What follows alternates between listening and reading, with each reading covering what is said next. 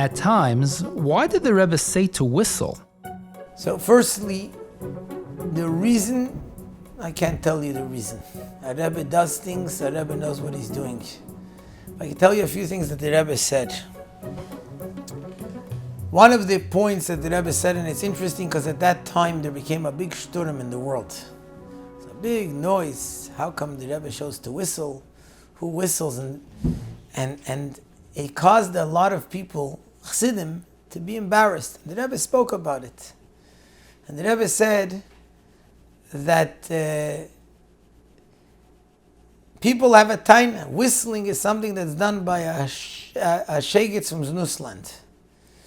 And which really, that's the fact. The Rebbe wasn't negating that concept. And that's why it doesn't mean that whistling becomes holy, because whistling in general is still something which isn't a Jewish thing. Jews don't whistle. However, the Rebbe said, so the question is asked, and people don't have the answer, and they get embarrassed, and they turn white, and they turn red, and they don't know how to answer the question. The Rebbe says, how could it be? In Russia, you are ready to have Mesirus Nefesh. Why? Because of the Rebbe told you.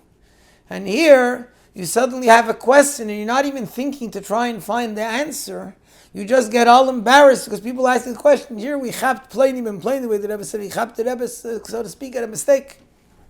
The Rebbe says the reason is because the cup liegt in kalash, and your head is in your boots. Instead of thinking about the Torah and Yanim, you're busy worrying about the world. The Rebbe says the same thing as with we want Mashiach now, that people come with tainus about we want Mashiach now. Anyway, the point that the Rebbe explained was that it's something which is a pasuk, and it's a Rambam, and the pasuk is that it says, "V'David mecharker b'chol es."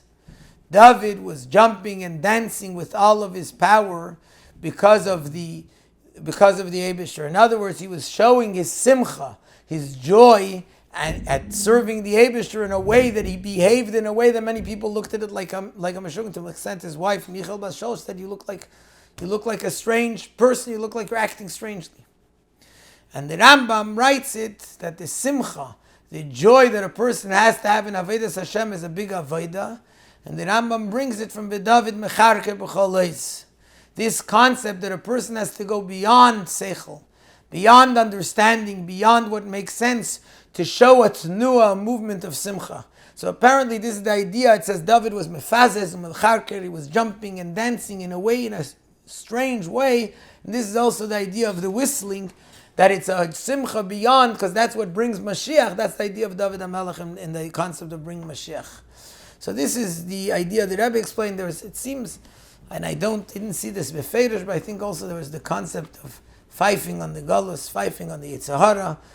But once again, in general, the idea of whistling doesn't mean to whistle. Whistling when the Rebbe showed us to whistle, or whistling in a same setting of simcha, in a niggin, when it's to show on our going out of all limitations, which is a purity of simcha, which brings Mashiach, which brings, similar to David HaMelech, who's the ancestor of Mashiach, that brings the concept of Mashiach into the world.